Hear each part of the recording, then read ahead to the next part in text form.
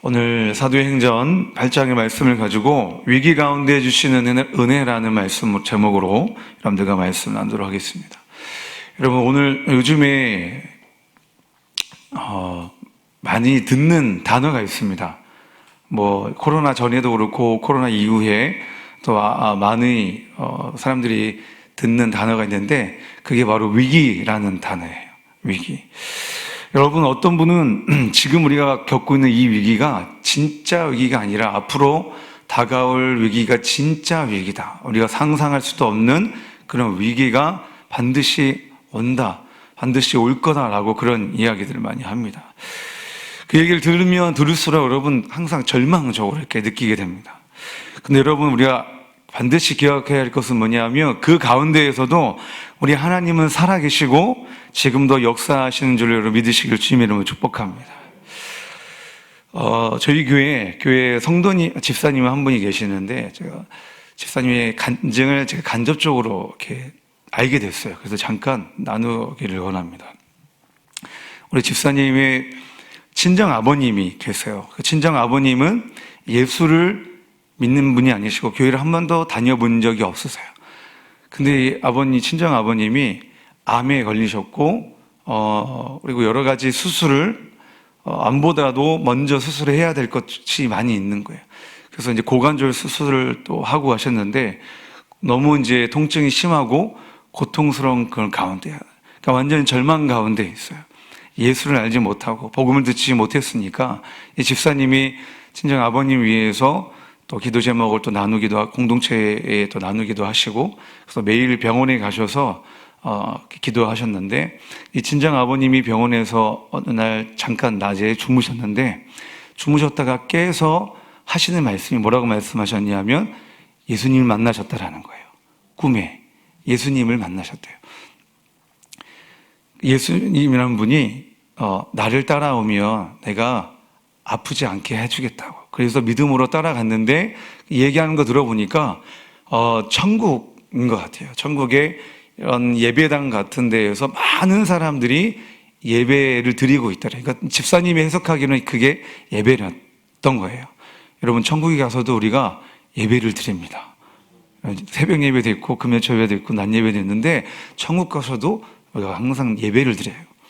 근데 같이 예배 드리는 사람에 대해서 얘기를 해 주시는데, 그 사람의 이름이 야곱이래요. 그래서 집사님이 가만히 듣다가, 아니 근데 아빠, 야곱을 어떻게 알아? 이게 묻더래요. 왜냐하면 우리가 교회를 안 다니는 사람은 예수님은 알잖아요. 근데 야곱의 이런 사람은 모르잖아요. 성경을 보지 않으면 모르거든요. 근데 야곱과 함께 예배를 드렸다라는 거예요. 야곱을 어떻게 아냐고 했더니, 함께 예배 드렸던 사람이 자기가 야곱이라고. 그러니까 여러분, 뭔가 연관되지 않습니까? 고관절, 야곱, 환도뼈. 그냥 제 생각이에요. 그러니까 불쌍히 모냐키 보이니까 같이 이제 야곱 옆에서 이렇게 위로하면서 예배 드렸던 것 같아요. 그리고 나서 깨셨는데 정말 거짓말처럼 하나도 안 아프고 정말 개운하고, 그래서 그 아버님이 뭐라고 했냐면, 실제야, 하나님이 살아 계셔. 그리고 또 만나고 싶다고 그렇게 얘기하셨다고 하시더라고요. 그래서 그 이후에는 하지 못했는데, 여러분, 아무리 절망 가운 그런 상황 가운데 있다 하나도 우리에게 소망이 있으면 주님이 우리와 함께 하신다는 거. 여러분, 이 사실을 잊지 않기를 주님의 이름으로 축복합니다. 여러분, 오늘 본문의 말씀에 오늘 본문의 말씀을 보니까요, 예루살렘에 큰 위기가 생겼습니다. 여러분, 어떤 위기가 생겼나요? 그날에 예루살렘에 있는 교회에 큰 박해가 있어. 큰 박해가 있대요. 어떤 박해가 있나요? 1절의 앞부분에 보니까, 사울은 그가 죽임 당함을 마땅히 여기더라. 여러분, 누가 죽었다라는 거예요? 스데반 집사님이 7장에 여러분 죽게 된 겁니다. 돌에 맞아서, 복음을 전하다가 돌에 맞아 순교를 당하게 되신 거예요. 그리고 한번 우리가 3절 함께 읽어보도록 하겠습니다. 시작. 사울이 교회를 전멸할새 각 집에 들어가 남녀를 끌어다가 옥에 넘기니라.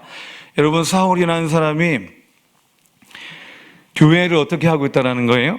잔멸한다. 잔멸할새. 여러분, 잔멸은 말이 다른 말로 표현하면 교회를 파괴시킨다는 거예요.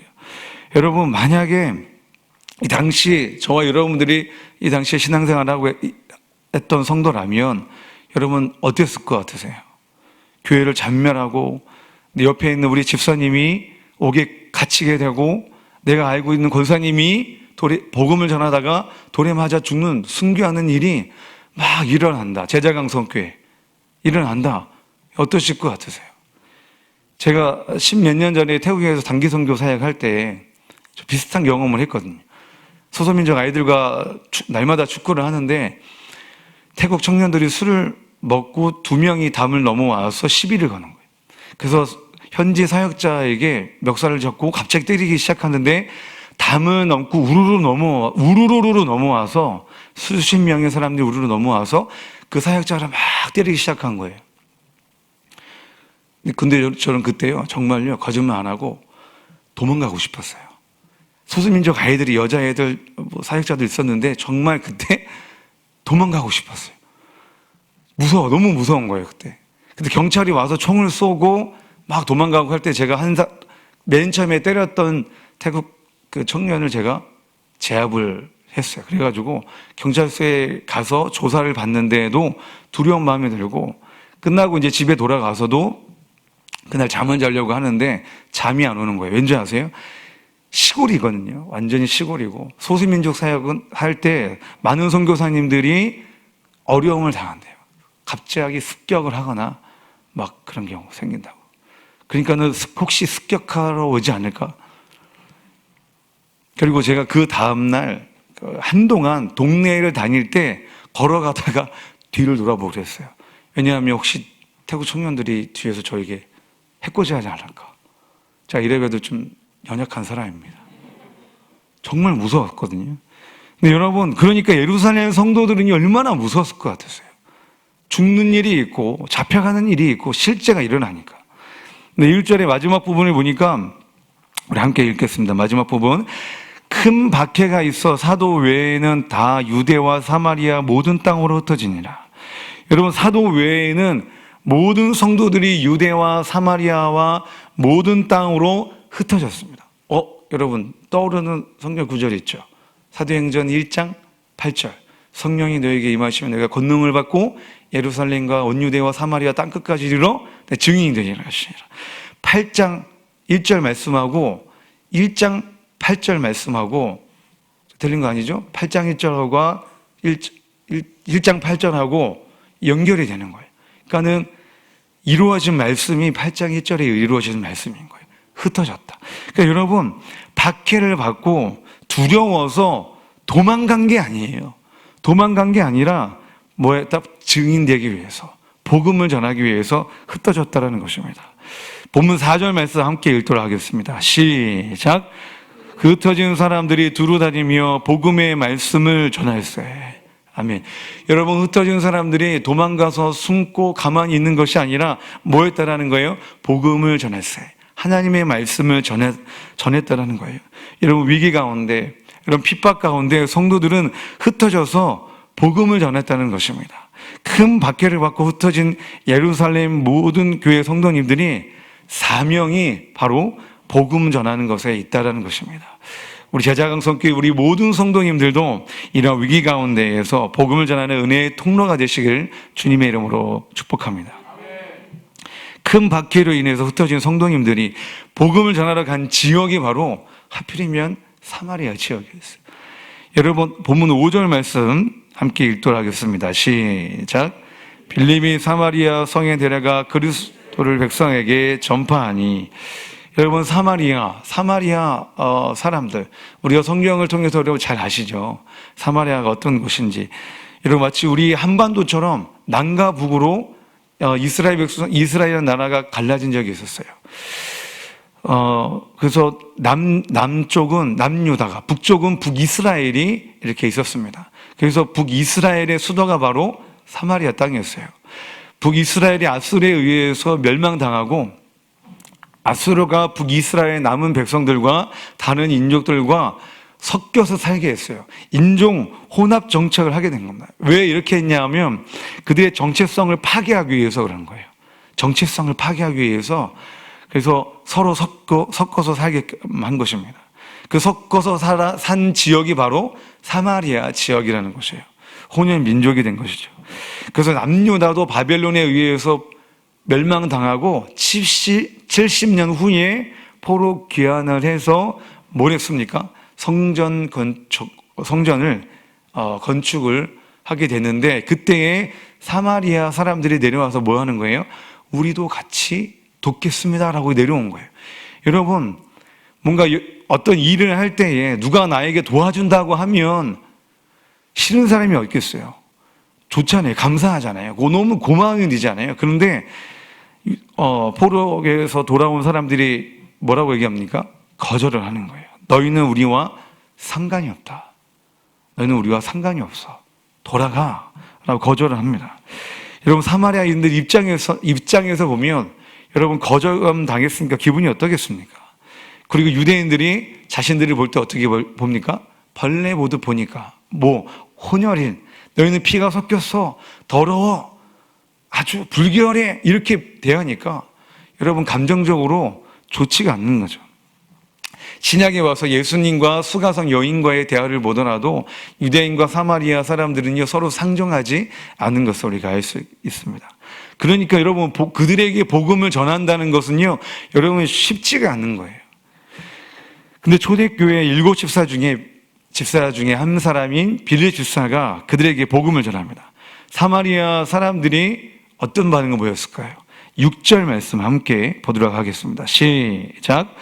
우리가 빌립의 말도 듣고 행하는 표적도 보고 한 마음으로 그가 하는 말을 따르더라. 여러분, 유대인과 관계가 상당히 좋지 않은데 빌립 집사가 전하는 복음을 듣고 그들의 빌립의 전한 말씀도 듣고 그가 보인 표적도 보고 한 마음으로 모든 말을 따르더라. 여러분, 여기서 따르더라는 말은 헬라어로요, 프로세코라는 말인데 이 말은요, 주의하다, 전념하다라는 그런 의미가 가지고 있습니다. 그러니까 빌립이 전해진 복음의 말씀을 듣고요, 그대로 살기 위해서 전심을 다했다, 온 마음을 다해서 말씀대로 살기를 몸부림쳤다라는 이런 것입니다. 그러니까 여러분, 빌립이 전해준 복음의 말씀을 듣고요, 그대로 살기 위해 몸부림쳤다라는 것입니다. 여러분, 이게 기적이고 여러분, 이것이 여러분의 은혜인 것입니다. 여러분, 복음은 내게 능력이 있어 전하는 것이 아니라 내 안에 계신 성령님의 능력으로 전하게 되는 줄 여러분 믿으시기 바랍니다. 여러분, 8절 말씀에 함께 보면 여러분 뭐라고 했냐면 그 성에 큰 기쁨이 있더라. 뭐가 있더라고요? 큰 기쁨이 있더라. 여러분, 복음이 사마리아 성에 전해지니까 전에 없었던 그런 기쁨이 생긴 거예요. 그러면 그 전에 뭐가 있었던 거예요? 소망이 없는 거예요. 희망이 없는 거예요. 뭐밖에 없겠습니까? 절망뿐인 거예요. 여러분, 이방인과 피가 섞여서 정통성을 잃어버리고 정체성을 잃어버리고 하나님과 상관이 없다는 낙인이 찍혀버렸잖아요. 그러니까 일평생 절망 속에 살아갔을 것입니다. 그러나 예수라는 분이 찾아오셔서 마셔도 항상 목마르고 갈급했던 사마리아인들에게 영원히 목마르지 않는 생수를 주님이 주신 겁니다. 뭐를 통해서? 무엇으로? 복음으로, 생명의 말씀으로. 그러니까 여러분, 사마리아인들에게 복음이 바로 큰 기쁨인 것입니다. 오늘날 우리 젊은이들에게 필요한 것은요, 정부 지원금이 아니에요. 청년 실업 급여가 아니에요. 나라에서 주는 지원금으로 절대로 젊은이들의 그 문제를 해결해 주지 못해요. 젊은이들에게 필요한 것은 뭐냐 하면 복음입니다. 오직 예수밖에 없습니다. 그 복음만이 이 세상에 힘겹게 살아가는 우리 젊은이들과 우리 성도들에게 큰 기쁨과 은혜가 되는 줄 믿으시길 주님의 이름으로 축복합니다. 이렇게 사마리아 땅에 복음을 듣고 세례를 받는 자들이 늘어날 때 하나님은 그곳에 은혜를 더하십니다. 본문 14절과 15절의 말씀 함께 읽도록 하겠습니다. 시작. 예루살렘에 있는 사도들이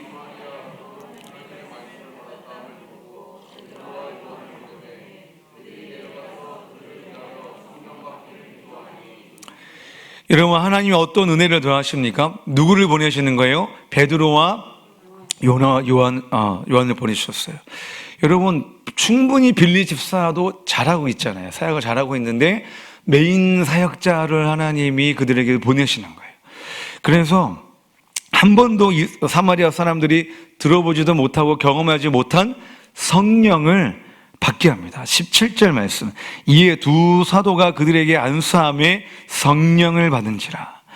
예수의 복음도 듣고 큰 기쁨도 누리고 거기에다 모두 얻었다? 성령도 얻었다. 여러분, 뭐가 더 필요하겠습니까? 여러분, 뭐가 더 부족하겠습니까? 여러분, 예수로 만족하는 우리 모두가 되시길 주님의 이름으로 축복합니다. 빌레 집사를 통해서 사마리아 땅에는 복음으로 기쁨과 성령으로 충만하게 되었습니다. 이때 주님은 만족하지 않으시고 빌립을 복음이 필요한 곳으로 여러분 또다시 보내십니다. 본문 26절 말씀 함께 읽도록 하겠습니다. 시작. 주의 사자가 빌립에게 말하여 이르되 일어나서 남쪽으로 향하여 예루살렘에서 가사로 내려가는 길까지 가라 하니 그 길은 광야라. 여러분, 북쪽 사마리아에서 남쪽 유다까지 가라고, 남쪽 유다에서 어디까지? 가사까지. 그 길이 뭐다? 그 길은 광야라. 여러분, 광야는요, 산무예요, 산무. 뭐가 산무냐면, 여러분, 광야에는요, 마실 물이 없어요. 광야에는 먹을 것이 없어요. 그렇기 때문에 사람이 살 수 없어요. 그래서 산무예요. 사람이 살 수 없는 거, 생명이 없는 거. 그리고 광야인데, 성령 하나님께서 빌립을요, 그 광야로 보내시는 겁니다. 아무도 없는 곳에. 근데 여러분, 광야에서 누굴 만납니까? 예루살렘에서 예배를 드리고 다시 돌아가는 에디오피아 여왕 간닥의 모든 국고를 맡은 내시를 만나게 돼요. 여러분, 내시는 우리가 알고 있는 그런 내시가 아니에요. 신하와 같은 그런 정도가 바로 내시입니다. 그래서 빌립이 그 내시에게 복음을 전하고 예수에 대해서 전하고 세례를 이렇게 주게 됩니다. 여러분, 이러한 만남을 통해서 하나님의 은혜가요, 강같이 흘러 넘치게 되는 것을 우리가 알게 됩니다. 빌립이 내시에게 복음을 전하고 내시는 다시 자기 나라로 돌아간. 그래서 내시가 살았던 지역이 바로 북아프리카 지역인 것입니다. 여러분, 복음이 그러니까 한 사람을 통해서 확장되는 것을 여기 보게 되는 겁니다. 여러분, 가끔 이런 소식을 듣게 됩니다. 이란이나 복음을 전하기 굉장히 어려운 이슬람 지역에 예수님을 직접 만났던 그런 소식을 듣게 됩니다. 여러분, 그런 소식을 들을 때 정말 놀라운 일이다라는 그렇게 은혜다라고 이렇게 생각도 하지만은 한편으로 생각하면 주님께 너무 죄송한 거예요. 왜냐하면 복음을 전해야 할 우리 성도들이 있잖아요. 그리고 교회가 많이 있잖아요. 그럼에도 불구하고 교회와 성도가 제 역할을 하지 못하니까 예수님께서 직접 얼마나 답답하시면 본인이 직접 나타나셔서 복음을 여러분 전하시겠습니까? 그런 생각이 들더라고요. 그러면서 이런 찬양이 생각났습니다. 누가 나를 위해 가서 나의 사랑을 전할까? 나는 이제 보기 원하네. 나의 자녀들 살아나는 그날. 여러분, 이 찬양이 생각나는 거예요.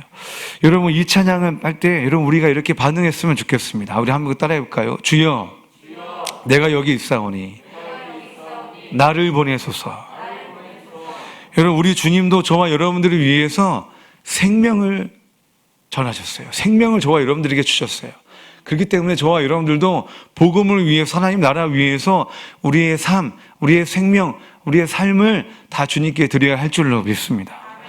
어떻게 해야 하나라고 근심하고 고민해야 할 때가 아니라 저와 여러분이 이 위기 때에 은혜의 통로가 되어야 할 줄로 믿습니다. 지난주에 저희 교구 우리 권사님께 신방을 갔습니다. 그날이 6월 25일 날이었는데 우리 권사님이 연세가 92살 되셨어요. 92세 되셨습니다. 연세가 굉장히 많으시죠. 몸이 많이 드셨으니까 몸이 많이 불편하셔서 교회를 오랫동안 못 나오셨습니다. 그래서 그 전에 몇 주 전에 담임 목사님하고 가셔서 예배를 드리고 기도를 해드렸는데 권사님이 연락이 오신 거예요. 6월 25일 며칠 전에 뭐라고 연락 오셨냐면 목사님 나 걸어 그러는 거예요. 걷지 못하고 항상 누워 계셨는데 나 걸어 나 걸음마 하고 있어 그러시는 거예요. 교회에 오고 싶으셔서 교회에 와서 예배를 드리고 싶으셔서 열심히 연습하신다라는 거예요. 얼마나 귀해요. 그래가지고 우리 리더 집사님하고 같이 가서 신방을 간 게 바로 6월 25일이었습니다. 그래서 6.25에 대해서 신방 가서 그날이 6.25, 2월 25일이니까 6.25에 대해서 이야기를 하는데 우리 권사님의 아버님이 권사님이 이제 그때가 22살 때 6.25가 터졌다고 하신 거예요. 근데 권사님의 아버님이 공무원이셨는데 이렇게 다른 공무원은 다 도망가는데 우리 권사님 아버님은 계시다가 공산당한테 끌려당해서 이렇게 돌아가셨다고 이렇게 하시더라고요. 그래서 6.25 하면 아주 끔찍하고 생각하고도 쉽지 않은 그런 기억이 있으셨다고 합니다. 근데 왜 제가 이 새벽에 6.25에 대해서 이야기하냐면 이 6.25 동란 가운데에서 우리가 잘 알지 못하는 놀라운 하나님의 은혜가 있었기 때문에 그렇습니다. 여러분 6.25 하면 가장 우리가 떠오르는 작전이 있죠. 인천 상륙작전. 여러분 그 인천 상륙작전이 있어가지고 우리가 다시 서울을 다시 우리가 차지하게 되고 전쟁을 빨리 줄이게 되게 된 것입니다. 그래서 우리 다 알고 있어요. 인천 상륙작전은 메가더 장군의 아주 기가 막힌 작전 때문에 성공하게 된 것이다 라고 대부분 우리가 알고 있는데 그 내용만 알고 있는데 그렇지 않습니다. 사실 그리고 인천 상륙작전은요 그냥 하면 되는 작전이 아니에요. 그 작전이 얼마나 어려우냐면 거의 불가능한 작전입니다. 왜냐하면 5,000분의 1 그 작전이 성공할 수 있는 확률이 5,000분의 1이에요. 별로 여러분 놀라시지 않는 것 같았어요. 5,000분의 1이에요. 절반이 아니라 5,000분의 1. 그러니까 이거는 불가능한 거예요. 왜 불가능하냐 하면 조수 간만에 차가 굉장히 크는 거예요. 물이 들어왔다가 다시 나가는 그 깊이가 굉장히 깊어요. 그리고 갯벌이기 때문에 배가 그런 군함이 들어오고 물자를 나르고 다시 나가고 다시 그 다음에 배가 들어와야 되는데 그럴 때 갯벌에 배들이 그게 위에 서 있게 될 수도 있고 그러면 적들이 공격하면 그냥 다 당하는 거예요. 그러니까 그 타이밍을 지켜내는 게 굉장히 불가능할 정도로 어려운데 완전히 성공하게 된 겁니다. 근데 성공한 거 된 것이 그 메가더 장군 때문에 된 게 아니라는 거예요. 뭐냐면 부산에서 회개 운동이 있었다라는 것입니다. 여러분 6.25 전쟁 가운데 많은 목회자와 많은 성도님들이 나무로 이렇게 피난하게 됐어요. 그래서 많은 성도님들이 교회로 목회자들이 교회로 있게 되는데 한 교회에서 이런 일이 있었습니다. 낮에는 성경 공부를 하고 밤에는 집회를 했어요. 많은 목사님들이 돌아가면서 말씀을 전하시는데 그 중에 한상동 목사님이라는 분이 신명기 11장 말씀을 가지고 이런 메시지를 전하신 거예요. 여호와 하나님의 명령과 법도를 지켜야 복을 받아 강성하여 하나님의 저주와 진노를 면할 수 있다. 이런 메시지를 전하시는 거예요. 이 설교를 통해서 신사참배의 죄와 해방 후의 교권 다툼의 죄를 대해서 회개해야 된다고 촉구하게 된 겁니다. 그러니까 여러분이라면 전쟁 가운데에서 여러분 무엇을 기도하시겠습니까? 이 전쟁이 빨리 끝나게 해달라고. 여러분 지금도 이 코로나가 빨리 끝나게 해달라고 여러분 기도하지 않습니까? 여러분 그렇게 기도할 때가 아니라는 거예요. 이 6.25 때에 전쟁이 끝나게 해달라고 기도한 것이 아니라 믿음의 우리 선배들은요, 많은 목회자와 우리 성도님들이 무엇을 기도하냐면 신사참배한 거에 대해서, 교회가 분열된 거에 대해서 회개한 것입니다. 자신들이 저지른 신사참배 그리고 교회의 분열에 대해서. 여러분 그랬더니 여러분 이 회개의 기도 때문에 하나님께서 6.25를 빨리 끝나게 된 거고 인천 상륙작전이 여러분 끝나게 된 것입니다. 그리고 무너진 기초를 다시 세워서 한국교회가 지금처럼 단단하게 된 줄로 여러분 믿으시기를 주님의 이름으로 축복합니다. 사랑하는 성도 여러분, 많은 사람들이 위기다 하고 말하고 있지만은 우리의 믿음의 선배들은 위기를 극복해냈습니다. 여러분 무엇으로요? 회개 운동으로. 저와 여러분들도 이 위기를 기회로 삼으셨으면 좋겠습니다. 어떻게 해야 될까요? 내 죄를 회개해야 되는 것입니다. 우리의 가정의 죄, 우리의 교회의 죄, 우리나라 민족의 죄를 위해서 우리가 여러분 눈물로 회개할 때 하나님께서 저와 여러분들에게 한량없는 은혜를 부어주실 줄로 믿습니다. 시간 가운데 함께 말씀을 기억하면서 함께 기도하기를 소망합니다. 시간 가운데 함께 기도할 때 하나님, 주여 하나님 은혜를 구합니다. 은혜를 사모합니다. 주여 우리가 위기 가운데 있지만 그 위기 가운데 하나님 아버지 우리가 기회를 삼고 아버지 회개하며 나아가기를 소망하오니 주여 깨닫게 하여 주시옵소서. 우리의 영적인 상태를 깨닫게 하여 주시옵시고 우리가 코로나만 바라보지 않게 하여 주시고 나의 죄를 깨닫고 이 나라 민족의 죄를 깨닫고 회개하는 아버지 하루가 되게 하여 주시옵소서. 라고 시간 가운데 말씀을 기억하면서 함께 기도하겠습니다. 하나님 아버지 하나님이여 주여 시간 가운데 하나님 아버지 하나님이여 주여 깨닫게 하여 주시옵소서. 아버지 하나님이여 주여 위기 가운데 있습니다. 아버지 하나님이여 정말 아버지 하나님이여 많은 민족이 아버지 많은 성도가 위기 가운데 있습니다. 아버지 진짜 위기는 하나님 아버지여 주여 우리의 영적으로 무너져 있는 것이 아버지 영적인 아버지 위기고 진짜 위기입니다.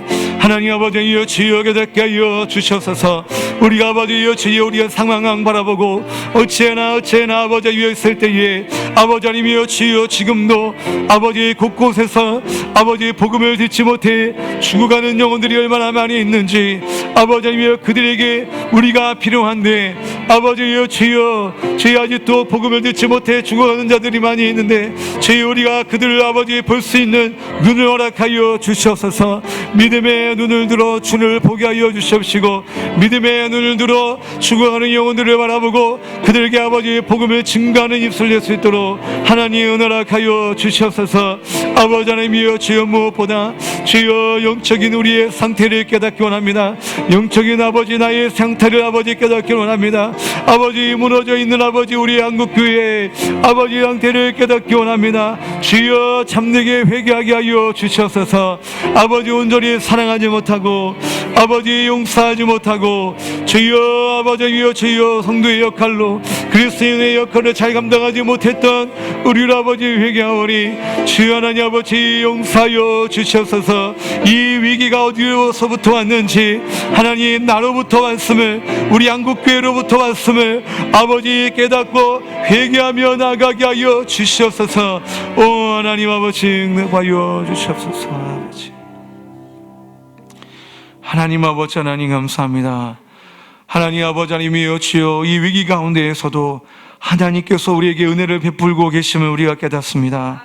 아버지 하나님이여 주여 아직도 죽어가는 자들에게 아버지여 주여 살려낼 수 있는 것은 아버지 복음뿐임을 아버지 고백합니다. 예수밖에 없음을 우리가 고백합니다. 그 예수를 우리에게 허락하여 주셨사오니 아버지 아직도 죽어가는 자들에게 예수를 만나지 못한 자들에게 복음을 전하는 아버지 은혜의 통로로 저희가 쓰임받게 하여 주시옵소서. 위기 가운데 아버지 기회를 삼아 아버지 하나님이여 주여 많은 영혼들을 구원해내는 아버지 복음의 통로 역할로 쓰임받는 우리 제자강 성교의 모든 성도들 될 수 있도록 하나님 축복하여 주시옵소서. 하나님 무엇보다 아버지 위기는 우리의 영적인 상태가 무너져 있다는 것을 깨닫는 것이 아버지여 주의 우리 은혜임을 고백합니다. 그 위기를 아버지 깨닫게 하여 주시옵시고 온전히 우리가 날마다 십자가 앞으로 나아가게 하여 주시옵소서. 코로나만 바라보지 않게 하여 주시고 우리의 상황만 바라보지 않게 하여 주시고 낭망하고 좌절하고 아버지 주저앉은 것이 아니라 십자가를 바라보고 주여 어찌할꼬 이 죄를 용서하여 달라고 우리 교회를 용서하여 달라고